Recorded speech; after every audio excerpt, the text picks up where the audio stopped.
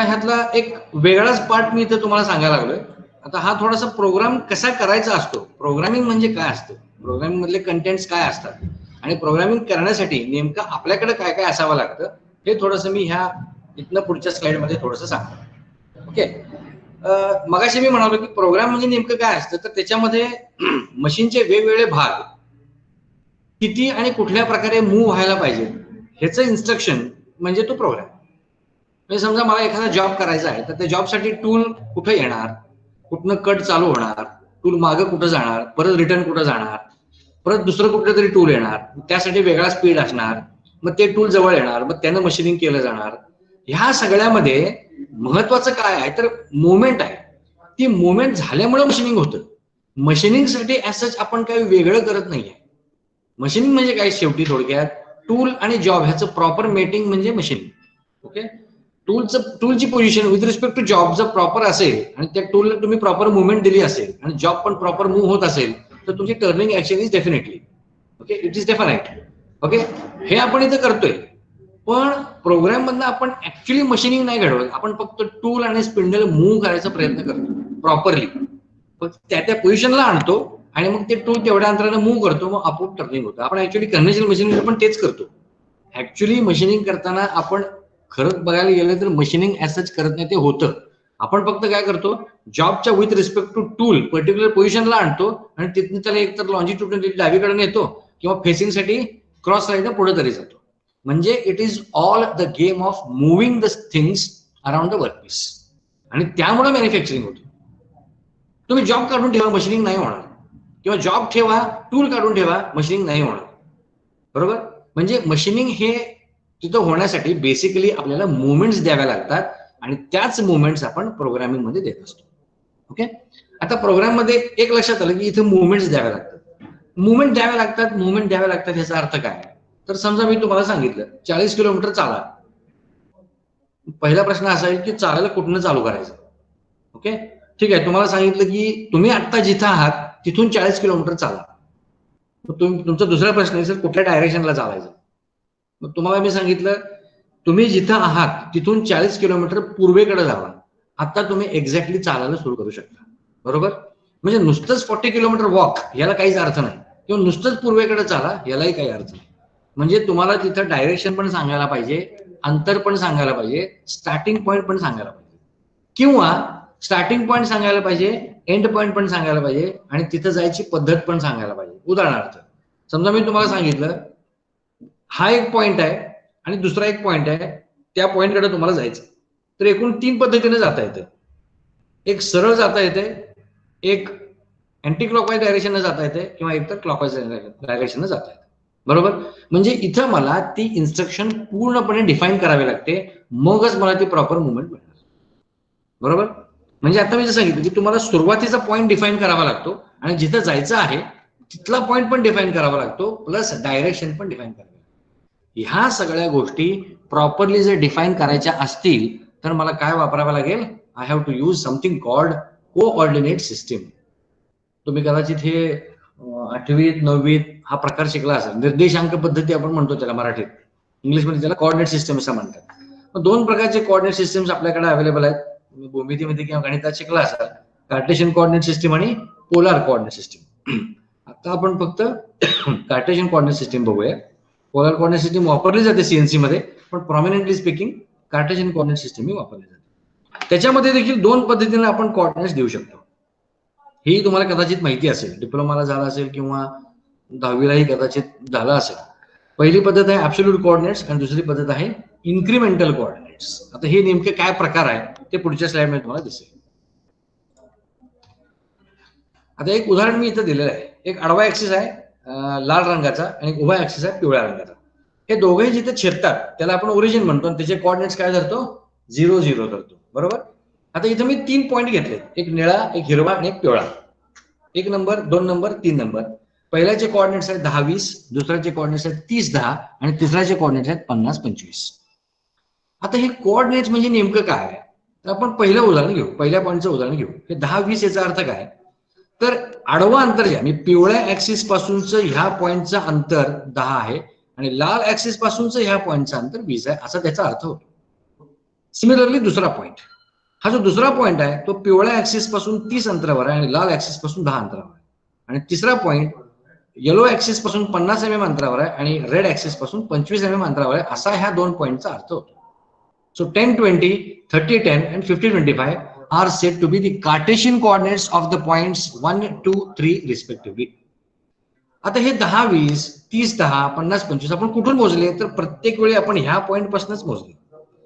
पहिल्या पॉईंटचा अंतर मेजर करताना आपण ह्याचाच रेफरन्स घेतला, दुसऱ्या पॉईंटचा अंतर मेजर करताना पण आपण ह्याचाच रेफरन्स घेतला आणि तिसऱ्या पॉईंटचा अंतर मेजर करताना आपण ह्याचाच रेफरन्स घेतला. म्हणजे प्रत्येक वेळी अंतर कॅल्क्युलेट करताना आपण एकच रेफरन्स वापरला. अशा पद्धतीला म्हणायचं ऍब्सोल्यूट कोऑर्डिनेट सिस्टीम.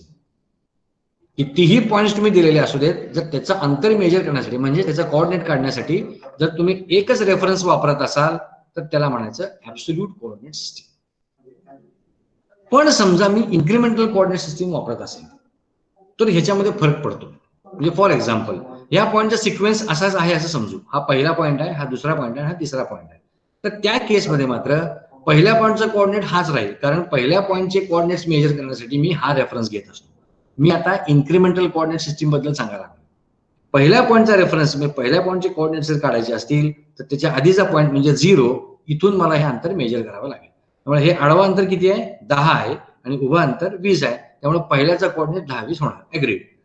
पण दुसरा जो पॉईंट आहे त्याचे कोऑर्डिनेट्स काढत असताना इन्क्रिमेंटल कोऑर्डिनेट सिस्टीम मध्ये पहिल्या पॉईंटचा रेफरन्स धरावा लागतो. ओके, मग इथं कसं करायचं, आता ऍब्सोल्यूट ह्याचं अंतर किती आहे, 30 आणि 10 आहे. ह्याचं किती होतं, 10 आणि 20 होतं. त्यामुळे ह्याचा कोऑर्डिनेट इन्क्रिमेंटल नुसार काय होणार, 10 मध्ये कितीनं वाढ झाली, 20 न वाढ झाली. त्यामुळे ह्याचा एक्स कोऑर्डिनेट इन्क्रिमेंटल पद्धतीमध्ये 20 होणार. आणि ह्याचा कोऑर्डिनेट आधी किती होता, 20, तो आता किती झाला, 10, म्हणजे कमी झाली याच्यामध्ये, म्हणजे -10 झालं. त्यामुळे ह्याचे इन्क्रिमेंटल मध्ये कोऑर्डिनेट जे आहेत ते 20 आणि -10 होतात. येते लक्षात. म्हणजे फक्त काय करायचं, इथं दुसरा जो पॉईंट आहे त्याचे कोऑर्डिनेट्स बघायचे, पहिला जो पॉईंट आहे त्याचे कोऑर्डिनेट्स बघायचे, ह्या दोघातला परस्पर डिफरन्स घ्यायचा, ते म्हणजे तुमचे इन्क्रिमेंटल कोऑर्डिनेट्स. आता इथं इन्क्रिमेंटल का वापरत नाहीत ते पण सांगतो तुम्हाला, ह्याच्यामध्ये कन्फ्युजन होऊ शकतं. आता इथंच बघा, 2 नंबरचे पॉईंटचे कोऑर्डिनेट्स मी म्हणालो 30 आणि 10 आणि आता परत मी म्हणालो 20 आणि -10. त्यामुळे इथं कन्फ्युजन होऊ शकतं. त्यामुळे शक्यतो आपण ऍब्सोल्यूट कोऑर्डिनेट सिस्टीमच वापरायचा प्रयत्न करतो. अगदीच गरज असेल तरच तिथे आपण इन्क्रिमेंटल वापरतो, अदरवाईज अख्ख्या प्रोग्राममध्ये तुम्हाला ऍब्सोल्यूट कोऑर्डिनेट सिस्टीम वापरलेलीच दिसेल. तसंच इथं पण तिसरा पॉईंट जो आहे तो याच्या दृष्टीने आपल्याला कोऑर्डिनेट्स त्याचे सांगावे लागतात इन्क्रिमेंटल कोऑर्डिनेट सिस्टीम मध्ये. आता इथं काय झालं बघा, ह्याचे कोऑर्डिनेट्स किती आहेत, 30 आहेत आणि ह्याचा कोऑर्डिनेट 50 आहे. त्यामुळे ह्याचा कोऑर्डिनेट काय होणार, 20 होणार, कारण 20 ची वाढ झालेली आहे. आणि हे 10 होतं, हे 25 झालंय, त्यामुळे इथं 15 येणार. त्यामुळे तिसऱ्या पॉईंटचा कोऑर्डिनेट जो आहे तो 20 आणि 15 असा येणार. इथे देखील फरक पडतो. त्यामुळे again it is a matter of confusion. त्यामुळे शक्यतो इन्क्रिमेंटल कोऑर्डिनेट्स वापरायच्या भानगडीत पडायची काही गरज नाही. आता इथे मी मुद्दाम ऍक्सिस 1 आणि ऍक्सिस 2 म्हटलेलं आहे, मुद्दाम मी त्याला एक्स आणि वाय म्हटलेलं नाही. त्याचं कारण मी थोडंसं पुढे जाऊन तुम्हाला सांगतो. मला वाटतं कोऑर्डिनेट सिस्टीम ही कळलेली आहे. ओके, आता हे ऍक्च्युली सीएनसी मशीनचा मी टॉप व्ह्यू घेतलेला आहे. ओके, याच्यामध्ये काय काय दिसतंय ते बघा. ठीक आहे ना, हा वर्कपीस आहे. हा जो डावीकडचा भाग आहे की नाही तो साधारण तुमच्या साध्या लेथ सारखाच दिसतो. इथे जॉब लावला, हे जॉ आहे, हा चक आहे आणि हे तुमचा हेडस्टॉक आहे. ठीक आहे ना, so that is this headstock. Tailstock पण साधारण साध्या मशीन सारखंच दिसते. ह्यातला नवीन एक पार्ट जो आहे तो सीएनसी तुमच्या कन्व्हेन्शनल मशीन मध्ये टूलपोस्ट ह्या एरियामध्ये असते. असं बाण दिसतोय ना, साधारण तुमचा जो टूलपोस्ट आहे तो इथे एक असू शकतो आणि ऍडिशनल टूलपोस्ट फार फार तर इथे एक असू शकतो. पण हे दोन्ही टूलपोस्ट इथनं काढून आपण इथे त्याला टूल टरेट मध्ये कन्वर्ट केलं. This is CNC machines different layout. Tool जो आहे तो टूल टरेट मध्ये असा अडकवलेला असतो असं म्हणता येईल आपल्याला. It is inserted and clamped in the tool turret. हा एक टूल आहे. असे अनेक टूल तुम्हाला मगाशी तुम्ही व्हिडिओमध्ये पण बघितलं असेल किंवा मगाशी मी जी इमेज दाखवली सीएनसी लेथची त्याच्यामध्ये पण तुम्ही बघितलं असेल की tools are mounted in circular fashion on the tool turret. हा जो टूल टरेट आहे तो सर्क्युलर असतो, तो सर्क्युलरली मूव्ह होतो, असा हवा तेवढा आपल्याला मूव्ह करता येतो. म्हणजे आता हे टूल ऍक्टिव्हेटेड आहे, ते जर मी टूल टरेट फिरवला तर दुसरं टूल ह्या पोझिशनला येतं आणि ते टूल आपण वापरू शकतो. So that is called as indexing of the turret. Okay, ही पण ऍक्टिव्हिटी आपण कम्प्युटरनं कंट्रोल करतो, प्रोग्राम मधून आपण कंट्रोल करत असतो. ठीक आहे, तर आता म्हणजे इथं कसं होणार, मशीनिंग करताना टूल वरून खाली येणार आहे आणि इकडनं मशीन आपल्या कन्व्हेन्शनल लेथमध्ये मशीनिंग आपण असं करणार. हे समजा टर्निंग पास असेल, इथे कुठेतरी तुमचा टूल पोस्ट असेल, तर मी इथे त्या स्लाइडनं इकडे येणार, मग क्रॉस स्लाइडनं पुढे येणार, मग मी डेप्थ ऑफ कट सेट करणार आणि मग असा टर्निंगचा पास घेणार, मी मागे येणार, परत मागे जाणार आणि मग मशीन थांबवणार, टूल बदलणार आणि परत ह्याच ऍक्टिव्हिटीज साधारण अशा पद्धतीने करणार. म्हणजे मशीनिंग हे इकडनं होतं कन्व्हेन्शनल मशीनमध्ये आणि सीएनसी मशीनमध्ये हे इकडनं होतं. त्यामुळे इकडनं टर्निंगचा पास समजा इथं टूल येणार पहिल्यांदा, मग असा टर्निंगचा पास होणार, हे वर जाईल, परत इकडे येईल, अजून एक डेप्थ ऑफ कट घेतला जाईल, अजून एक टर्निंग केलं जाईल, अजून एक इथे येईल आणि परत हे टूल मागे जाऊन इथे थांबेल. ओके, अशी मेकॅनिझम सीएनसी मशीन मध्ये केलेली असते. आता हे हेडस्टॉक, वर्कपीस, टेलस्टॉक आणि टूल टरेट ह्याच्या व्यतिरिक्त मी 3 पॉइंट इथे इंडिकेट केले बघा, which have been marked by the letters M, W and T. आपण मगाशी कोऑर्डिनेट देताना रेफरन्स पॉइंटचा उल्लेख केला. ओके, काळा पॉइंट आपण दिला होता आणि त्याच्या माध्यमातून आपण काय करणार, त्या प्लेनवरचे पॉइंट्स जे आहेत ते कोऑर्डिनेट्सच्या रूपाने आपण डिफाईन करू शकतो. म्हणजे हा पॉइंट 14-25 वर आहे, हा पॉइंट 30-35 वर आहे, हा पॉइंट 50-60 वर आहे, हा पॉइंट 100-200 वर आहे, वगैरे वगैरे वगैरे. बरोबर, म्हणजे पॉइंट वेगवेगळे डिफाईन जर करायचे असतील तर मला प्रत्येक वेळी एक रेफरन्स हा लागतोच लागतो. ओके, असे एकूण 3 रेफरन्सेस सीएनसी मशीनवरती अवेलेबल असतात जर जॉब लावलेला असेल तर. जर जॉब लोड केलेला असेल तर बेसिकली एकूण 3 रेफरन्स पॉइंट्स आपल्याला इथं मिळतात. त्यातला पहिला जो एम आहे त्याला म्हणायचं मशीन झिरो किंवा मशीन रेफरन्स. हा मशीन रेफरन्स मशीन तयार करणाऱ्या मॅन्युफॅक्चरिंग कंपनीने डिफाईन केलेला असतो, तो आपल्याला बदलता येत नाही. तो कुठे असतो, साधारण लेथच्या बाबतीत ते इथं लोकेशन मी इथं दाखवलेलं आहे. बरोबर स्पेंडलचा जो ऍक्सिस आहे त्या ऍक्सिस वरती हेडस्टॉकच्या सुरुवातीच्या पॉइंटला तो मशीन झिरो लोकेट केलेला असतो. ह्याचा पर्पज मी काय सांगतो तुम्हाला लेटर ऑन. ओके, दुसरा जो रेफरन्स पॉइंट आहे जो मशीन मॅन्युफॅक्चररनच डिफाईन केलेला असतो तो म्हणजे टूलचा 0 पॉइंट किंवा टूल रेफरन्स. तो आता इथे मी दाखवलाय. आता ह्याचा उपयोग काय होतो, तर टूल जेव्हा पूर्णपणे जॉब पासून लांब असतं तेव्हाची जी पोझिशन आहे त्याला म्हणायचं टूल रेफरन्स. आता हे सगळ्यात लांब पोझिशन म्हणजे काय, तर हे तुम्हाला साध्या मशीनच्या बाबतीत सांगतो. असं इमॅजिन करा की तुम्ही टर्निंग जस्ट कम्प्लीट केलेलं आहे आणि तुमचं टूल अजून जॉबला चिकटूनच आहे. म्हणजे साधारण टूल तुमचा आता इथं आहे फॉर एक्झाम्पल, असं तुम्ही टूल धरलेला आहे. ठीक आहे ना. आता तुम्ही क्रॉस स्लाइड फिरवणार, टूल तुमचा असं हळूहळू मागे येणार, मागे येणार, मागे येणार, मागे येणार. अशी एक पोझिशन येईल की ज्याच्या मागे तुम्ही त्याला घेऊच शकणार नाही. That is the last position of the tool. बरोबर, आता हे संपलं. आता तुम्ही लॉन्जिट्युडिनल स्लाइड क्लॉकवाईज फिरवणार, मग तुम्ही टूल इकडे असं असं मूव्ह करत येणार. Look at the cursor very carefully. Okay, आता अशी एक पोझिशन येईल जिथे तुम्हाला फर्दर मुवमेंट पॉसिबल होत नाही. ओके, म्हणजे तुम्हाला इथं 2 पॉइंट्स मिळतात बघा. हा एक पॉइंट मिळाला जिथे तुम्हाला पुढे मुवमेंटच करता येत नाही. तो पॉइंट म्हणजे हा टूल रेफरन्स पॉइंट. असा पॉइंट ज्याच्या मागे जाणं पॉसिबल नाही आणि ज्याच्या वर जाणं पॉसिबल नाही, असा पॉइंट म्हणजे टूल रेफरन्स पॉइंट. म्हणजे आता हा जो पॉइंट आहे ह्याच्या मागे म्हणजे ह्या साईडला तुम्हाला टूल टरेटला घेता येत नाही. You cannot move towards this direction and even you cannot move towards vertical direction. म्हणजे ही मॅक्झिमम लिमिटिंग पोझिशन आहे टूलची. ह्याच्या पाठीमागे तुम्हाला टूल ओढता येणार नाही आणि ह्याच्या वरती तुम्हाला टूल ओढता येणार नाही. That is what tool zero or tool reference is all about. आता ह्याचं एक वैशिष्ट्य तुमच्या लक्षात आलं का बघा, हे पुढच्या स्लाइड मध्ये दाखवतो तुम्हाला. थोडंसं पुढे जाऊयाच आपण. मशीन झिरो इथं आहे आणि टूल झिरो इथं आहे. ओके, ह्याने एक रेक्टँगल तयार होईल बघा असा. या दोघांना जर मी पॉईंट जोडला तर हा काय होईल, या आयताचा कर्ण होईल आणि हा एक आयत इथे डिफाईन होईल. हा आयत काय सांगतो, the line joining machine zero M and tool zero T forms the diagonal of a rectangle and this rectangle defines the area within which the tool can. म्हणजे ह्या आयताकृती एरियामध्येच टूल तुमचं मूव्ह होऊ शकणार. म्हणजे हे टूल इकडे पण जाऊ शकत नाही, इकडे पण जाऊ शकत नाही. सिमिलरली हे टूल मॅक्झिमम इथपर्यंत येऊ शकतं, इकडे जाऊ शकत नाही आणि इकडे जाऊ शकत नाही. म्हणजे टूलचा मुवमेंट एरिया कुठला, हा येलो कलरचा जो रेक्टँगल आहे तेवढाच आहे. हा डिफाईन करण्यासाठी मशीन झिरो आणि टूल झिरो हे मॅन्युफॅक्चररने डिफाईन केलेले असतात. म्हणजे हाच एरिया तुमचा वर्किंग एरिया. तुमचा जो जॉब आहे तो ह्या रेक्टँग्युलर एरियामध्येच बसला पाहिजे, मगच तुम्हाला ह्याचं त्या जॉबचं मशीनिंग करता येणार. So indirectly this defines the working limits of any CNC machine. आलं लक्षात? ओके, आता मी परत अलीकडच्या स्लाइड वरती आलोय. So importance of M and T is now understood. आता हा डब्ल्यू कुठनं आला परत, तर हा कशावरती आहे बघा, हा जॉब वरती आहे, हा वर्कपीस वरती आहे. आता ह्याचा उपयोग काय, तर हा मशीन मॅन्युफॅक्चरर डिफाईन करत नाही, कारण हा जॉब वरती असतो आणि हा जॉब आपल्याकडे असतो, मशीन मॅन्युफॅक्चररकडे नसतो. त्यामुळे हा जो झिरो आहे तो प्रोग्रामिंग जो व्यक्ती करणार आहे त्या व्यक्तीनं डिफाईन केलेला असतो.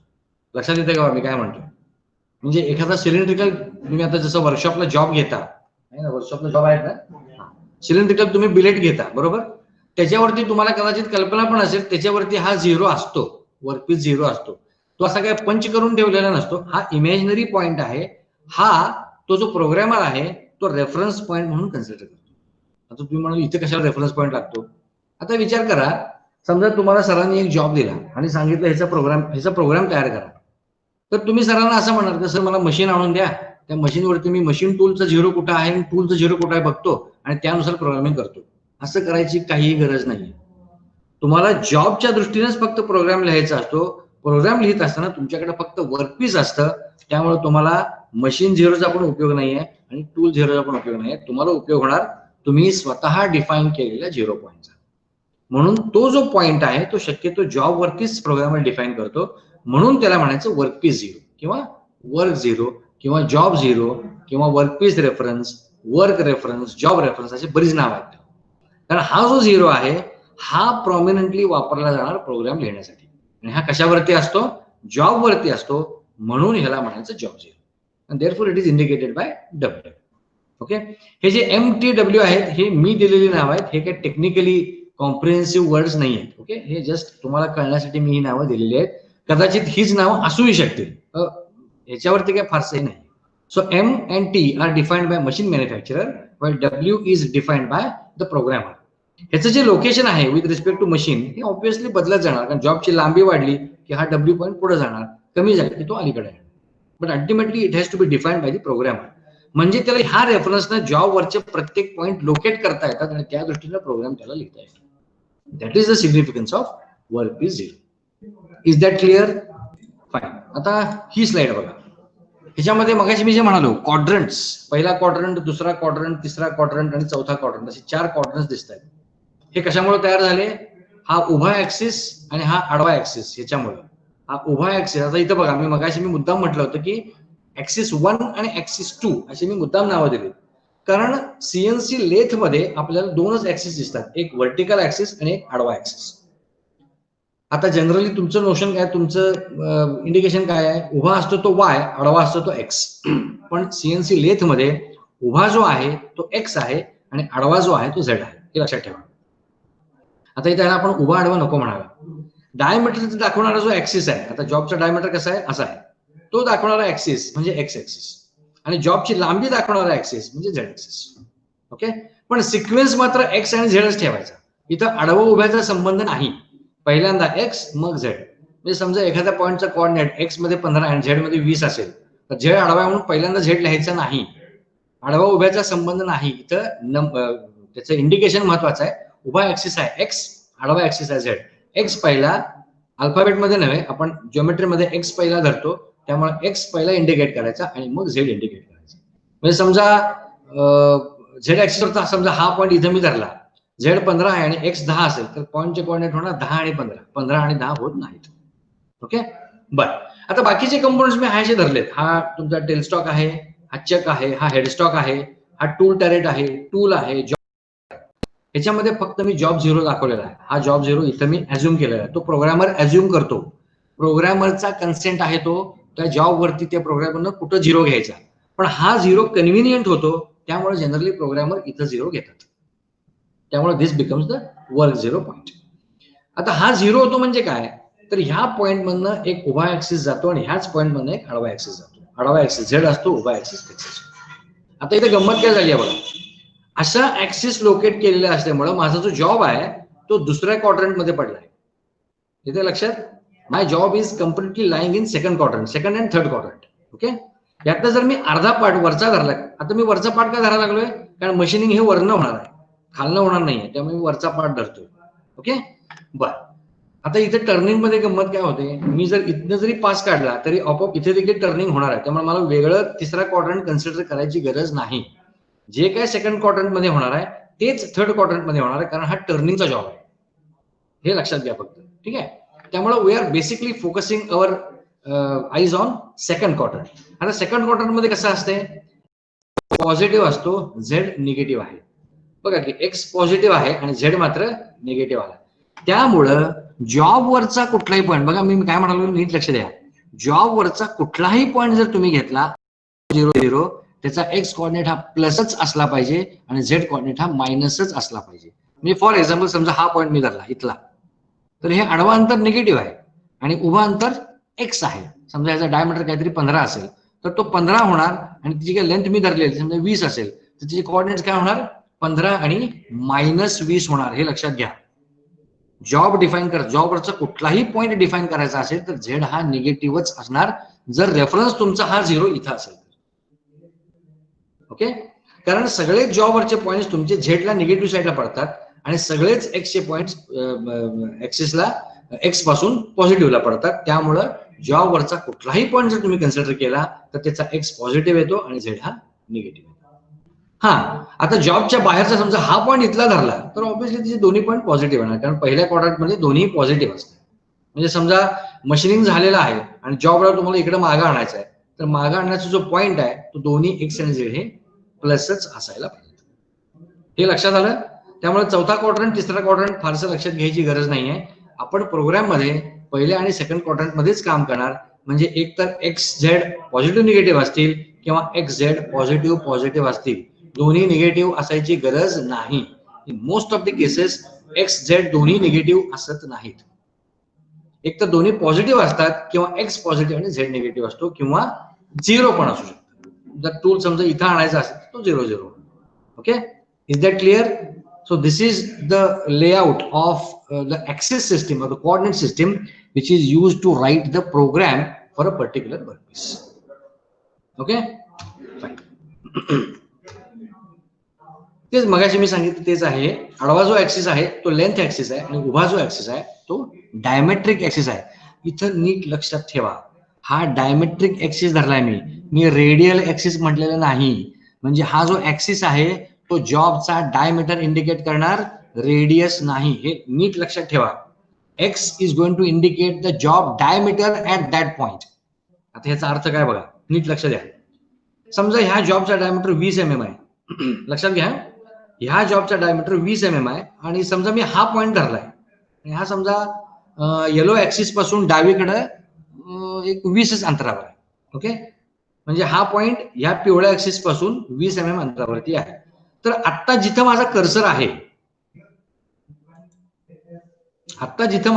आहे, त्या पॉइंटचे कोऑर्डिनेट्स काय होणार, पहिल्यांदा एक्स कोऑर्डिनेट आणि मग झेड कोऑर्डिनेट. मग तुमच्या हिशोबी काय होणार, हे जर टोटली म्हणजे जॉबचा डायमीटर जर 20 असेल, हा डायमीटर जर 20 असेल तर ऑब्व्हियसली हा पॉइंट 10 होणार. हा 10 होत नाही, तो रेडियली 10 होतो, पण आपला ऍक्सिस कसा आहे, डायमेट्रिक ऍक्सिस आहे. त्यामुळे इथं जो डायमीटर होतो तो एक्स कोऑर्डिनेट तुम्हाला द्यावा लागतो. हा सगळ्यात महत्वाचा डिफरन्स आहे. लक्षात येते का मी काय सांगायला लागलोय? लक्षात येत नसेल तर परत विचारा. X axis always indicates diameter while Z axis represents length. त्यामुळं जॉबवरच्या तुम्ही ज्या पॉइंट वरती कर्सर नेलेला आहे त्या ठिकाणी जॉबचा डायमीटर किती आहे ती व्हॅल्यू म्हणजे एक्स कोऑर्डिनेट, रेडियस नव्हे.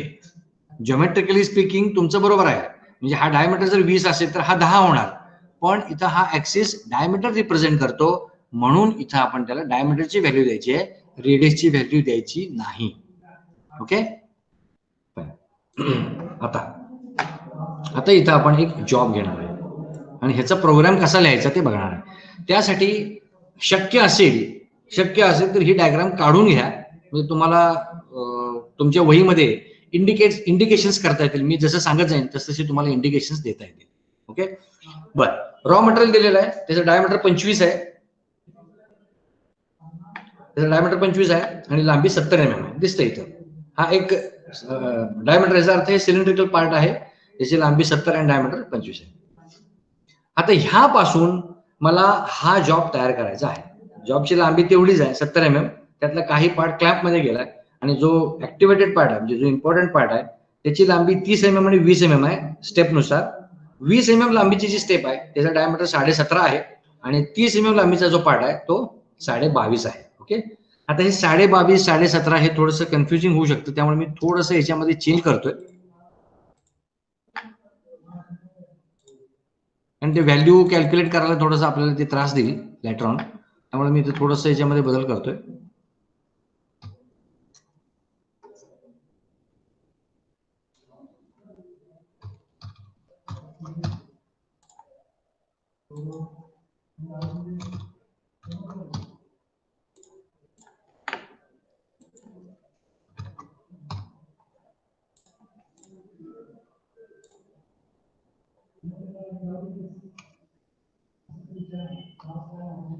ओके, आता बघा रॉ मटेरियलचे डायमीटर 25 mm लांबी 70 mm आहे आणि जो प्रॉडक्ट मला पाहिजे आहे त्याच्यामध्ये दोन डायमीटर्स आपल्याला अचीव्ह करायचे, 24 आणि 18 आणि त्याच्या लांब्या 20 आणि 30 पाहिजे. आता काय करूया आपण, इथं मी कर्सरच्या मदतीनं इथं ऍक्च्युली मशीनिंग कसं होणार हे तुम्हाला मी दाखवतो. आता बघा कसं होणार इथं. आता ह्याचा डायमीटर 25 आहे बरोबर आणि आपल्याला पाहिजे असलेला डायमीटर 24 आहे. काय करणार, आता बघा टूल वरनं येणार आहे बरं का, खालून येणार नाही, त्यामुळे मुद्दा मी तो वर जागा शिल्लक ठेवलेली आहे. ठीक आहे, बर. आता पहिल्यांदा टूल कुठे येणार ते मी डायग्राम मध्ये इथे दाखवलेलं आहे. आता हे बघा, हा तुमचा तयार होणारा प्रॉडक्ट, हा फिनिश प्रॉडक्ट आहे, मी खाली घेतो. ओके, हा तुमचा प्रॉडक्ट आहे, हा इथं माझा 0 आहे, त्यामुळे हा उभा ऍक्सिस एक्स ऍक्सिस आणि हा आडवा ऍक्सिस झेड ऍक्सिस. ओके, हा 0 0 आहे, डायमीटर 18 आहे आणि हा डायमीटर काहीतरी 23 का 24 काहीतरी आहे, हा 24 असेल बहुतेक, let us consider this to be 24, हा 24 आहे. ठीक आहे, आता हे मशीनिंग करायचं जर असेल तर मला पहिल्यांदा कुठे यायला पाहिजे, टूल ह्या रेफरन्स पॉईंट पासून मला इथं आणलं पाहिजे. पहिल्यांदा पहिला पॉईंट हा होईल बरोबर, ह्या पॉईंटला मी टूल आणणार, त्यानंतर स्पिंडल चालू करणार, जॉब रोटेट व्हायला सुरू होणार, कटिंग टूल माझं ऍक्टिव्हेटेड असणार, मी लॉन्जिट्युडिनल स्लाइड हळूहळू मूव्ह करत करत करत इकडे आणणार, इथे जॉबला टच होणार, इथनं मी परत टर्निंगचा एक पास घेणार, इथं टूल थांबणार, माझा वरचा जो पोर्शन दिसतोय तुम्हाला तो आता पूर्णपणे टर्न झालेला आहे. त्यामुळे हे मटेरियल जे आहे इथलं, हे जे मटेरियल आहे ते गेलेलं आहे, टूल माझं 2 नंबरच्या पॉईंटला येऊन थांबलेलं आहे. ओके, आता मी परत विड्रॉ करणार टूल, इकडे टूलला नेणार. ओके, 3 नंबरच्या पोझिशनला, परत ह्याला मागं नेणार 4 नंबरच्या पोझिशनला. आता मला नेक्स्ट स्टेप म्हणजे ही दुसरी स्टेप करायची आहे, त्यामुळे मी टूल कुठल्या लेवलला आणणार, ह्या लेवलला, ह्या डायमीटरच्या लेवलला आणणार आणि ह्याच्या खाली आणणार बरोबर, त्यामुळे 5 नंबरचा पॉईंट इथे आणणार, म्हणजे इथून मी टूलला खाली आणणार सरळ. ओके, त्यानंतर इथून परत मी इकडे आडवा नेणार टूलला, इथं टूलला जॉब कट होणार आणि इथनं माझं टर्निंग पास सुरू होणार, माझा टर्निंगचा पास इथं संपणार. म्हणजे आता हे मटेरियल पण मी काढून टाकलेलं आहे. टूल माझं इथं आहे, मी टूलला व्हर्टिकली वर नेणार, हा माझा 7 नंबरचा पॉईंट आहे आणि इथून मात्र मी टूलला होम पोझिशनला पाठवणार. म्हणजे टूल आता इथं माझं मशीनिंगचं काम झालेलं आहे, मी 7 नंबरच्या पॉईंटला मशीन बंद करणार, म्हणजे स्पिंडल रोटेशन बंद करणार आणि टूल जिथनं आलं होतं तिथं त्याला परत पाठवणार. म्हणजे ह्या मोशन साधारण अशा होतील. हा जर टूल रेफरन्स असेल तर पहिल्यांदा टूल इथं येईल, ओके, इथनं इथं येईल, हा टर्न पास होईल, टर्निंग होईल, हे वर जाईल, नंतर परत 4 नंबरच्या पोझिशनला येईल, परत 5 ला येईल, हे इथे येईल, इथनं टर्निंग व्हायला सुरू होईल, हे एवढं टर्निंग होईल, 7 नंबरच्या पॉईंटला जाईल आणि मग इथनं पुढे ते जिथून टूल आलं होतं तिथं निघून जाईल. मग आता तुम्ही म्हटलं सर हे एवढं पॉईंट घेऊन करायचं काय, मी आता हे ठीक आहे, हे होणार बरोबर आहे, हे लेथवरती मला करता येते, पण हे प्रोग्रामिंग मधनं कसं करायचं, तर त्यासाठीच मी जे पिवळ्या कलरचे पॉईंट्स इंडिकेट केले त्या पॉईंटचे मला कोऑर्डिनेट्स प्रॉपरली देता आले पाहिजेत विथ रिस्पेक्ट टू दिस 0. ह्या 0च्या विथ रिस्पेक्ट टू मला ह्या सगळ्या पॉईंटचे कोऑर्डिनेट्स द्यावे लागणार. मी आता नुसतं म्हणालो हे इथं यावं लागेल, इथं यायला लागेल, इथं, हे इथं आणि तिथं इथं आपल्याला चालणार नाही. ह्या 1 नंबरचा कोऑर्डिनेट काय आहे, 2 नंबरचा कोऑर्डिनेट काय आहे, 3 नंबरच्या पॉईंटचं कोऑर्डिनेट काय आहे, असं प्रत्येक साथीचे साथी पॉईंटचे कोऑर्डिनेट्स मला इथं काढणं गरजेचं आहे आणि ते मला त्या प्रोग्राम मध्ये द्यावे लागते. ओके, बर. आता उदाहरणार्थ आपण पहिला पॉईंट कन्सिडर करूया, आपण हा पहिला पॉईंट कन्सिडर करूया. आता हा बघा पहिल्या क्वाड्रंट मध्ये आहे, हा झेड, हा एक्स ऍक्सिस इथं आहे आणि हा झेड ऍक्सिस इथं आहे, त्यामुळे पहिला पॉईंट हा पहिल्या क्वाड्रंट मध्ये येतोय, त्यामुळे त्याचे दोन्ही कोऑर्डिनेट्स पॉझिटिव्ह असणार आहेत. ओके, बर. आता हा जो पहिला पॉईंट आहे तो कुठला डायमीटर तयार करतोय, तर 24 mm चा डायमीटर तयार करतोय. हे 23 चुकून पडले, 24 आहे ऍक्च्युली ते, त्यामुळे ह्याचा एक्स कोऑर्डिनेट 24 येणार. ओके, आणि झेड कोऑर्डिनेट, आता असं इमॅजिन करा की हा जो पॉईंट आहे तो ह्या निळ्या ऍक्सिस पासून, उभ्या निळ्या ऍक्सिस पासून 10 mm अंतरावरती असं आपण इमॅजिन करूया. त्यामुळे ह्याचं कोऑर्डिनेट काय येणार, x इज इक्वल टू 24 आणि z इज इक्वल टू 10. दोन्हीही व्हॅल्यूज प्लस येणार. ओके, त्यामुळे हा कोऑर्डिनेट आपल्याला इथे मिळाला 24, 10. आता 2 नंबरचा पॉईंट, कारण इथनं सरळ आपल्याला इथंच यायचंय, मध्ये आधी कुठं थांबायचं नाहीच आहे. त्यामुळे टूल एक पॉईंट पासून दुसऱ्या पॉईंट पर्यंत येणार. आता दुसरा पॉईंट लक्षात घ्या, जॉब वरती आहे, त्यामुळे त्याचा x पॉझिटिव्ह असणार आणि z हा निगेटिव्ह असायला पाहिजे. आता z निगेटिव्ह किती, तर ह्या पॉईंटचा हा कोऑर्डिनेट बघा, 0 पासून या पॉईंटचा आडवा कोऑर्डिनेट किती येतो ते बघा. आडवा कोऑर्डिनेट किती आहे, 30 आहे. त्यामुळे 2 नंबरच्या पॉईंटचा z कोऑर्डिनेट हा -30 येणार आणि त्याचा x कोऑर्डिनेट किती येणार, x कोऑर्डिनेट बदललेलाच नाही, आपण टूल बरोबर आडवा असं मूव्ह करत आणलंय. त्यामुळे x कोऑर्डिनेट जो पहिल्याचा आहे तोच दुसऱ्याचा असणार. त्यामुळे ह्याचा x कोऑर्डिनेट किती आला, 24 आणि z कोऑर्डिनेट -30. त्यामुळे दुसऱ्या पॉईंटचा कोऑर्डिनेट कसा आला, 24 - 30. आता हे टर्निंग झालेलं आहे, त्यामुळे टूल मला थोडंसं वर उचलावं लागेल. आता थोडंसं म्हणजे किती, तर ह्या 3 नंबरच्या पॉईंटचा आपल्याला कोऑर्डिनेट द्यावा लागतो. मग आता ओव्हरऑल डायमीटर ह्याचा 25 आहे, त्यामुळे आपण टूल 26, 27 किंवा 28 ह्या डायमीटरच्या लेवलला आपण नेऊन ठेवू शकतो. टू बी सेफ आपण आता कोणातरी माईक ऑन आहे बघा. हॅलो, कोणातरी माईक ऑन आहे, प्लीज माईक ऑफ करा. Okay, now we have to move from 2 to 3. 2 कडून 3 कडे जायचं आहे. तर 3 मध्ये इथे एक वैशिष्ट्य घ्या, व्हर्टिकली आपण मूव्ह होतोय त्यामुळे झेड कोऑर्डिनेट बदलत नाही. जेव्हा आपण व्हर्टिकली मूव्ह होतो तेव्हा झेड कोऑर्डिनेट बदलत नाही आणि जेव्हा आडवं मूव्ह होतो तेव्हा एक्स कोऑर्डिनेट बदलत नाही. त्यामुळे इथल्या पॉईंटचा झेड कोऑर्डिनेट हा इथल्या एवढाच असणार आहे, म्हणजे -30च असणार आहे. फक्त एक्स कोऑर्डिनेट थोडासा आपल्याला वाढवून घ्यावा लागेल. त्याला समजा आपण 28 म्हटलं तर हा कोऑर्डिनेट 28 आणि -30 होणार. So the coordinate of third point is 28, -30. आता 3 पॉईंट पासून परत मागे यायचं, इथनं डायरेक्ट दुसरा टर्निंग पास घेता येत नाही, त्यामुळे आपण आडवं आहे त्याला इकडे आणायला पाहिजे. ज्यावर ते आडवं आणलंय त्यावर ते एक्स कोऑर्डिनेट तेवढाच, म्हणजे चौथ्या पॉईंटचा कोऑर्डिनेट 28 येणार आणि त्याचा झेड कोऑर्डिनेट पहिल्या पॉईंटचे झेड कोऑर्डिनेट इतकाच येणार, म्हणजे 10 येणार. म्हणजे the coordinates of fourth point is 28, 10, both positive.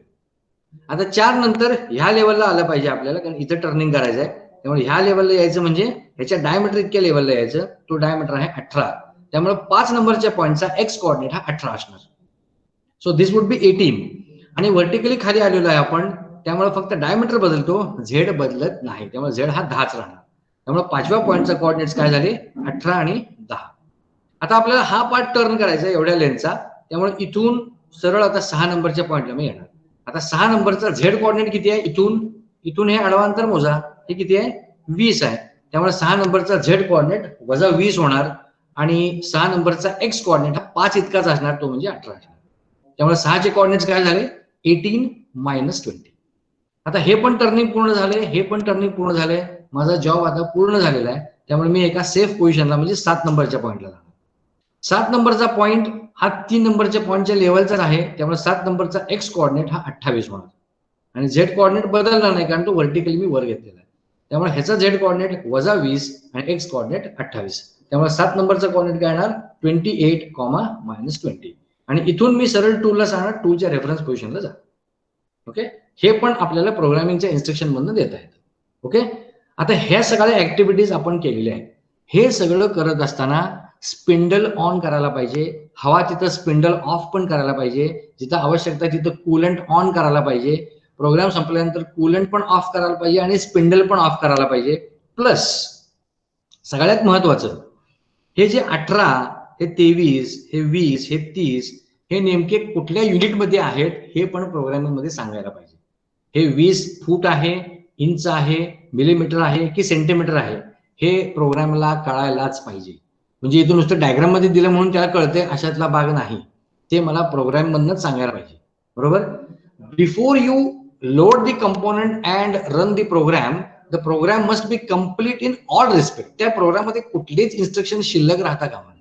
कुठलीही छोटीची छोटी ऍक्टिव्हिटी असू दे, ती त्याच्यामध्ये त्या सिक्वेन्सला आलीच पाहिजे. जर आली नाही तर ती होणार नाही. जी हवी असलेली ऍक्शन तुम्हाला पाहिजे आहे पण प्रोग्राम मध्ये नाहीये तर ती होणार नाही. ऑटोमॅटिक काहीही होत नाही.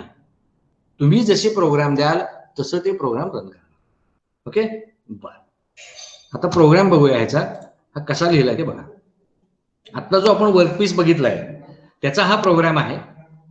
प्रोग्राम मध्ये सगळ्यात सुरुवातीला, आता हा प्रोग्रामचा सिक्वेन्स असा आहे, हे मुद्दाम मी डिवाइड केलंय, असं काही डिवाइड करायची गरज नाही आणि रंगवायची तर गरज नाहीच नाही. पहिला हा पार्ट आहे, मग हा पार्ट घ्यायचा, मग हा पार्ट वाचायचा. ठीक आहे, सिक्वेन्स मध्येच आहे, फक्त कळायला सोपं जाऊन मी 3 भाग केले. आता सगळ्यात सुरुवातीला प्रोग्रामचा नंबर द्यावा लागतो. इथं प्रोग्रामला नाव नाही तर नंबर द्यायचा असतो. ओके, आणि तो शक्यतो नंबर डिपेंड्स, म्हणजे तुमचं कुठलं मशीन आहे त्याच्यावरती डिपेंड असतं की त्या प्रोग्रामला नंबर कुठल्या पद्धतीने द्यायचा असतो. ओके, आपण इथे एक विशिष्ट कंट्रोलर कन्सिडर केलेला आहे, कंट्रोलिंग मशीन कन्सिडर केलेला आहे. त्यामुळे त्याच्यामध्ये 4 आकडी प्रोग्रामचा नंबर असावा असा एक याच्यामध्ये संकेत आहे. त्यामुळे इथं त्याचा प्रोग्रामचा नंबर काय लिहिला बघा मी, this is O, this is not 0, हा 0 आहे, हा ओ आहे. So O 2546, this is how the program is identified. जसं तुम्ही फाईलला नावं देता का नाही, माय रिझ्यूम, माय फोटो आणि काय काय तुमचं रिझ्युमी असतं आणि काहीतरी ऍप्लिकेशन असतं, तुम्ही नावं देता तर तुम्हाला कळतं की हा हा हे या फाईलचं नाव आहे. तसंच इथे देखील त्याला नंबर द्यावा लागतो. So it starts with the letter O. So O2546. ठीक आहे, त्यानंतरची दुसरी जी ओळ आहे, आता ह्याच्यामध्ये कोड झाले बघा. मग अशी आपण जे म्हटलं की याच्यामध्ये अक्षरं असतात, अंक असतात, स्पेशल कॅरेक्टर्स असतात, बरोबर. हेच ते सगळे स्पेशल कॅरेक्टर्स वगैरे, हे दिस इज अ कॉम्बिनेशन. दुसरी ओळ काय सांगते बघा, G21 आणि G98. आता G21 याचा अर्थ काय, तर हे जे 18, 30, 20 आणि 30, 25, 24 जे काही आकडे आहेत ते मिलीमीटर मध्ये मोजायचे आहेत, हे त्याचं इंडिकेशन आहे. हे इंडिकेट करण्यासाठी G21 वापरलं जातं. Okay, is it understood? So meaning of G21 is, हे फक्त G21 एवढंच लिहायचं आहे, बाकी त्यात काही मिलीमीटर कर वगैरे असलं काही लिहायचं नाही. G21 ह्याचाच अर्थ सगळे युनिट्स मिलीमीटर मध्ये घे, असा त्याचा अर्थ आहे. त्यामुळे nothing explicitly should be specified, merely mention G21. Okay, त्यानंतर दुसरा कोड आहे G98, G98 it is called. G98 काय सांगतो, तर तुमचा जो फीड आहे, आता फीड म्हणजे काय, टूलच्या मुवमेंटचा स्पीड म्हणजे फीड. टूल किती अंतर किती वेळेत जातं हे सांगणं म्हणजे टूलचा फीड सांगणं. मग हे फीड सांगण्यासाठी 2 युनिट्स आपल्याकडे अवेलेबल असतात. One is millimetre per minute आणि दुसरा युनिट आहे मिलीमीटर पर रिव्होल्यूशन. मग कुठल्या प्रकारचा फीड तुम्ही घेणार आहे, तर G98 जर असेल तर याचा अर्थ काय होतो, feed is given in terms of per minute feed. आता पर मिनिट म्हणजे काय, इंच पर मिनिट का मिलीमीटर पर मिनिट, हे इथं G20 आहे का G21 आहे त्याच्यावरती ठरणार. इथे किती आहे आता, G21 आहे, त्यामुळे G98 चा अर्थ काय होणार, the feed will be in millimetre per minute. Okay, समजा इथे मी G20 लिहिलं, G21 ऐवजी समजा मी G20 लिहिलं, तर त्याचा अर्थ काय होणार, the feed is specified in terms of inches per minute. म्हणजे 98चा अर्थ पर मिनिटच, फक्त G20 आहे की G21 आहे त्याच्यावर ठरणार की ते MM पर मिनिट आहे का इंच पर मिनिट. ओके, बरं, समजा दुसरा प्रकारचा फीड द्यायचा असेल पर रिव्होल्यूशन, तर त्या केसमध्ये येतं G99 करायचं. इफ इट इज G99 आणि if it is preceded bye G21, then it is going to be MM per revolution feed. हा जनरली थ्रेडिंगच्या ऍक्शनसाठी किंवा टॅपिंग ऍक्शनसाठी लागतो. तसंच जर G20 आणि G99 असेल तर the feed is going to be in terms of inches per revolution. मग depending upon the operation ते तुम्ही फीड्स, ते कोड्स तुम्ही तिथं इन्व्हॉल्व करू शकता. त्यानंतरचे जे 2 कोड्स आहेत ते प्लेन सिलेक्शनसाठी आहेत. G17, G18 आणि G19 हे जे 3 कोड्स आहेत ते प्लेन डिफाईन करतात. ज्या प्लेन मध्ये तुमचं टूल मूव्ह होणार आहे तो प्लेन डिफाईन करतात. आता इथे बाय मिस्टेक G17 पडलंय, ऍक्च्युअली G17 G18 पाहिजे, बिकॉज इन टर्निंग G17 म्हणजे XY प्लेन, G18 म्हणजे ZX प्लेन आणि G19 म्हणजे YZ प्लेन. त्या प्लेन मध्ये ते मशीन काम करणार, म्हणजे ते जे कोऑर्डिनेट्स आहेत ते कोऑर्डिनेट्स त्या प्लेनवरचे आहेत असं त्या मशीन कंट्रोलरला कळतं. मग इथं G17 जर दिलं तर प्लेन XY आहे असं इंडिकेट होतं, G18 दिलं तर ZX प्लेन. मग आपल्याला जो टर्निंग मध्ये अपेक्षित आहे तो ZX प्लेन आहे, त्यामुळे G18 पाहिजे, बाय मिस्टेक G17 झालेलं आहे. So it is G18. Milling machine मध्ये मात्र तुम्हाला 3ही प्लेन्स वापरायला लागू शकतात एकाच प्रोग्राम मध्ये. म्हणजे काही सेट ऑफ प्रोग्रामसाठी G17, त्याच प्रोग्राम मध्ये दुसऱ्या पार्टसाठी G18, परत G17, परत G18 असं करावं लागू शकेल, कारण तिथे तुम्ही काय करताय, 3ही डायमेन्शन मध्ये मशीनिंग करताय. इथं तसं होत नाही, इथं फक्त एकाच प्लेन मध्ये मशीनिंग होतं, त्यामुळे इथं एकच कुठला तरी कोड आपल्याला वापरावा लागतो, तो म्हणजे ZX. ओके, त्यानंतर आहे G40. G40 याचा अर्थ काय की this is called as cutter radius किंवा नोज रेडियस कॉम्पेन्सेशन. आता तुम्ही जर टूल अगदी क्लिअरली बघितलं तर ते हाताला शार्प लागतं, पण ऍक्च्युली त्याला टिपला रेडियस दिलेला असतो, अगदी कमी असतो तो, पण त्याला रेडियस असतो, ते शार्प नसतं. ते जर शार्प असेल तर ते तुटून जाणार. हे होऊ नये त्याला अगदी बारीक असा रेडियस दिलेला असतो. त्यामुळे होतं काय की ते शार्प नसल्यामुळं तुम्ही ज्या पॉइंटला टूलला कॉल करता त्या पॉइंटला टूल जात नाही. त्यामुळे प्रत्येक वेळी जॉब तुमचा एकतर अंडरसाइज होतो किंवा ओव्हरसाइज होतो. हे जर कॉम्पेन्सेशन तुम्हाला द्यायचं असेल तर त्यासाठी वेगवेगळे कोड्स आहेत. त्यातला हा G40 एक आहे. सो G40, G41 आणि G42 असे एकूण 3 कोड्स आहेत. त्यातला तुम्हाला जो रिलिव्हंट असतो तो तिथे तुम्हाला द्यावा लागतो. त्यानंतर हे G28 काय करतं, तुमचं टूल समजा आदल्या सायकलमध्ये तुम्ही एखादा कंपोनंट मॅन्युफॅक्चर केला म्हणजे टर्निंग केलेलं आहे आणि ते टूल समजा तिथंच थांबलेलं आहे by any means for that matter. त्या केसमध्ये जर तुम्ही नवीन जॉब लावला आणि प्रोग्राम डायरेक्ट सुरू केला तर टूल तिथनंच काम करायला सुरू करतं आणि it may cause an accident. Tool खराब होऊ शकतं, जॉब बाद होऊ शकतो किंवा एनी मिसहॅप कॅन ऑकर. हे जर अवॉइड करायचं असेल तर प्रत्येक नवीन प्रोग्राममध्ये मशीनिंग सुरू करत असताना किंवा प्रोग्राम सुरू करत असताना टूल हे स्वतःच्या रेफरन्स पॉइंटला आहे की नाही हे कन्फर्म करावं लागतं. मग प्रत्येक वेळी आपण बघत बसणार नाही. बेटर वे काय करायचं, एक इन्स्ट्रक्शन अशी द्यायची की before starting of the program tool should be force to move to that reference. आणि ह्यासाठी आपल्याला इथं G28 हा कोड लागतो. आता इथे एक लक्षात घ्या, फक्त आपण कोड वापरलाय त्याच्या पुढे काही निबंध लिहिलेला नाही. G21, G98, G18, G40, G28 एवढं मेन्शन फक्त करायचं. Okay, so this is G28. आता जे अलीकडचं टूल होतं पूर्वीच्या मशीनिंग मधलं ते आता ऑलरेडी होम पोझिशनला गेलेलं आहे, रेफरन्सला गेलेलं आहे. आता मी दुसरं टूल ऍक्टिव्हेट करणार. जे टूल मी मगाशी पाठवलं ते मला मशीनिंगला नको आहे, मला दुसरं टूल पाहिजे आहे. त्यासाठी टरेट मला फिरवावा लागणार आणि टरेट फिरवण्यासाठी हा कोड आहे M06. M6 म्हणतात त्याला, लिहिताना M06 लिहितात आणि मग टूल नंबर लिहायचा असतो.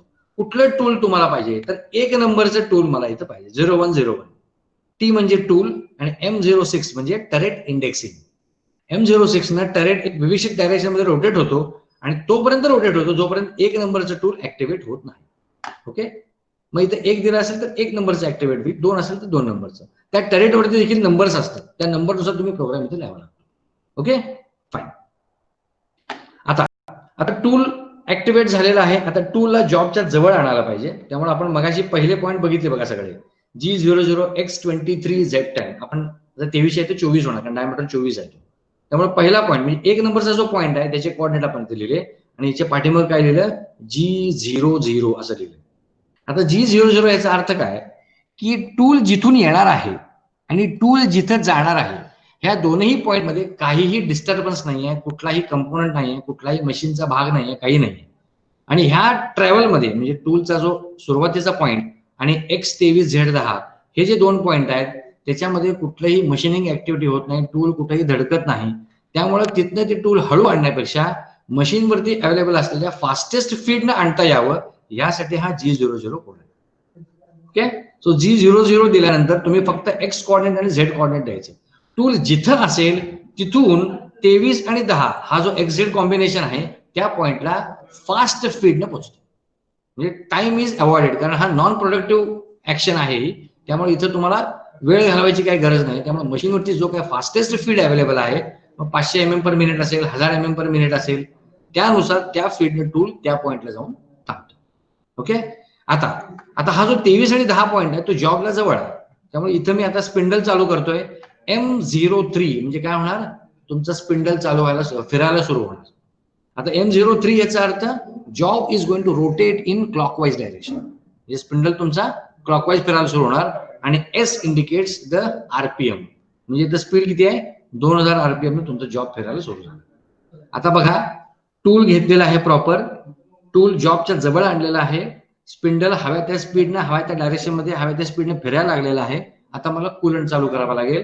कूलंट चालू करण्यासाठी M08 हा कोड इथे वापरला. M08 म्हटलं की कूलंट त्या पाईप मधनं पडायला सुरू होतो ऑटोमॅटिकली. फक्त एवढंच की तो जो होज आहे, तुझी पाईप आहे ती बरोबर त्या जॉब आणि टूलच्या ठिकाणी आपल्याला पॉइंट करावे लागेल एवढंच. म्हणजे ती पाईप ओढून त्या ठिकाणी आणावी लागेल म्हणजे बरोबर कूलंट त्या ठिकाणी पडेल. त्यानंतर आता कूलंट सुरू झालाय, स्पिंडल चालू झालेला आहे, टूल जॉबच्या जवळ आलेला आहे आणि टूल जे आहे ते आपल्याला जे मशीनिंग करायचं तेच टूल आलेलं आहे. आता ऍक्च्युली आपण मशीनिंग करणार. आता इथे 23 जे आहे ते 24 रीड करा. त्यामुळे पहिला कटिंग पास G01 X23 म्हणजे आता मला कुठं जायचं आहे, X23 Z-30. मगाशी आपण ते पॉइंट्स काढलेले. हा 2 नंबरचा पॉइंट आहे, 23-30. मगाशी जॉबच्या डायग्राम मधला हा 2 नंबरचा पॉइंट आहे. आणि इथं मात्र आपण फास्ट जात नाही, आणि इथं काय होतंय, जॉब मध्ये येतोय, जॉबचं टर्निंग करायचं आहे, त्यामुळे फास्ट आपल्याला जाऊन चालणार नाही. कितीने फीड न जायचं, तो फीड इथं मला द्यावा लागतो. सो G01 जर जायचं असेल तर मला फीड द्यावा लागतो. G00 जायचं असेल तर फीड द्यावा लागत नाही. Feed is imagined by machine. त्या मशीनवरचा जो फास्टेस्ट फीड आहे तो मशीन घेतं आणि त्या फीडनं तुम्ही सांगितलेल्या पॉइंटला जातं. G00 दिलं. पण G01 जर दिलं तर मशीनला फीड लागतो. आता ह्या फीडनं 23-10 पासून टूल 23-30 कडे जाणार, म्हणजे टर्निंग होणार. ओके. आता टूल आणि जॉब एकमेकांच्या संपर्कात आहेत. आता मला टूल वर घ्यायचं आहे, त्यामुळे मी काय जाणार इथं G00, कारण इथे कुठलीही मशीनिंग ऍक्शन होणार नाहीये. त्यामुळे इथे मी G00 म्हटलं. X28 Z-30 हा 3 नंबरचा पॉइंट. आता 3 नंबर पॉइंट म्हणजे 4 नंबर पॉइंट कडे जायचं आहे. तिथं पण कुठली मशीनिंग ऍक्शन नाही, मध्ये कुठलंही डिव्हाइस नाही, काही नाही, नो ऑब्स्ट्रक्शन इज देअर. त्यामुळे इथे पण मी G00 देऊ शकतो. मी चौथ्या पॉइंटला जातोय, X28 Z-10. हा चौथा पॉइंट म्हणजे हा पॉइंट. This is 28 and 10. हा चौथा पॉइंट, हा तिसरा पॉइंट. ओके. त्यानंतर 28-10 नंतर मी 5व्या पॉइंटला येणार, म्हणजे इथे येणार. 28 वरून मी खाली 18ला येणार. झेड तेवढाच राहणार आहे 10. त्यामुळे 5व्या पॉइंटचा जो कोऑर्डिनेट आहे तो हा आहे 28-10. त्यानंतर मी जाणार G00 18-10. 18-10 मी आलो. आता हा 5वा पॉइंट, सॉरी, हा 5वा पॉइंट 18-10. त्यानंतर मी आता टर्निंग करणार. त्यामुळे G01 जिथं जिथं कटिंग आहे तिथे तिथे G01 वापरावं लागेल, आणि जिथं नाही आहे, अजिबातच कटिंग नाही, तिथं G00 वापरायचं. ओके. सो G01 आता मी चाललोय 6व्या पॉइंटला, म्हणजे या पॉइंटला. ह्या पॉइंटचा कोऑर्डिनेट आहे 18 आणि -20. इथं परत मी लिनियर इंटरपोलेशन वापरणार, म्हणजे G01, आणि इथं स्पीड हा 100 नंबर मिनिट देणार. ओके. आता 18-20 ला टूल आलेला आहे, सॉरी 18-20 ला टूल आलेला आहे 6 नंबरला. आता हे टर्निंग पूर्ण झालेलं आहे, त्यामुळे 7 नंबरच्या पॉइंटला जाणार, म्हणजे 7 नंबरचा पॉइंट म्हणजे 28-20. आणि त्यानंतर 28-10 ला मी वर जाणार, म्हणजे तुमचा हा पॉइंट. दिस इज 28-10, म्हणजे हा 4 नंबरचा पॉइंट. आणि तिथून पुढे M05 दिलेला आहे. आता M05 म्हणजे काय, आता मशीनिंग माझं पूर्ण झालेलं आहे, टर्निंग आता काही शिल्लक नाही, काय नाही, कुठलंही टर्निंग करायचं नाही, काय नाही. त्यामुळे मला स्पिंडल थांबावं लागेल. That is M05. M05 would stop the spindle. आता जॉब फिरायचं थांबलं. त्यानंतर कूलंटची पण आता काही आवश्यकता नाही, कारण जॉब झालेला आहे. त्यामुळे M09 मी दिलेला आहे इथं, त्यामुळे कूलंट देखील ऑफ होणार. आता G28 दिले. जे टूल आता 28-10 या पॉइंटला आहे, ते टूलच्या रेफरन्सला जाणार, म्हणजे कुठं जाणार, या पॉइंटला येऊन थांबणार, किंवा या पॉइंटला येऊन थांबणार. ओके. आणि M30 म्हटलेला आहे इथे मी, M30 अर्थ हा प्रोग्राम थांबणार, आणि कंट्रोल तुमचा परत पहिल्या लाईनला येऊन थांबणार. म्हणजे जेव्हा तुम्ही परत मशीन चालू कराल, तेव्हा इथनं चालू न होता प्रोग्राम तुमचा इथनं चालू व्हायला मदत होते, म्हणून त्याला M30 हा कोड इथे द्यावा. आलं लक्षात. So this is the explanation of this particular program. हा जो जॉब आहे त्याचा प्रोग्राम करण्यासाठी तुम्हाला पहिल्यांदा हे सगळे पॉइंट्स प्लॉट करून घ्यावे लागतील, त्याचे कोऑर्डिनेट्स प्लॉट करून घ्यावे लागतील, आणि मग तुम्हाला हा प्रोग्राम या पद्धतीने लिहावा लागेल. साधारण ह्या प्रोग्रामचे एकूण 3 भाग पडलेत. ह्या भागामध्ये आपण जे काही बंद होतं ते चालू केले, ह्या भागामध्ये आपण ऍक्च्युअली मशीनिंग केलंय, आणि ह्या भागामध्ये जे चालू होतं ते परत बंद केले. असे एकूण 3 भाग प्रोग्रामचे पडतात, म्हणून मी इथे हे 3 कलर मध्ये दाखवलं, नथिंग एल्स. हा प्रोग्राम सलग सिक्वेन्स मध्ये लिहायचा असतो, असं कुठेही तोडायचं वगैरे नाही. लक्षात आलं. आता हे काही G कोड्स आहेत. आता मगाशी आपण वापरले G00 rapid traverse, G01 linear interpolation. Linear interpolation याचा अर्थ टूल एका पॉइंट कडून दुसऱ्या पॉइंट कडे सरळ रेषेत जातं. सरळ म्हणजे आडवी किंवा उभीच नाही, ती तिरकी म्हणजे पण सरळच, म्हणजे it is a straight line. It may be vertical, it may be horizontal, it may be oblique. All the 3 lines are lines only. त्यामुळे G01 टूल हे एका सरळ रेषेत जातं. G02 आणि 3 हे टूलला जर मी सर्क्युलर पोझिशन द्यायची असेल, सर्क्युलर मुवमेंट द्यायची असेल, त्या केसमध्ये 2 मोशन्स पॉसिबल आहेत, एक क्लॉकवाईज आणि एक अँटी क्लॉकवाईज. त्यामुळे G02 आणि G03 असे भरपूर कोड्स आहेत. आता इथं प्रत्येक कोड का मी एक्सप्लेन करत बसत नाही. These are some of the G codes and these are some of the M codes. त्यातला आपण मगाशी वापरला M03, M05, M06, M08, M09 आणि M30 असे एकूण 5-6 कोड्स आपण इथे वापरले. G कोड पण आपण बरेच वापरले. G00, G01, G28, G98 आणि G21 सॉरी, ओके, आणि G40 असे 5-6 codes. Depending upon the requirement of the job, you have to use these many G codes in your program. Okay, so these are G codes and these are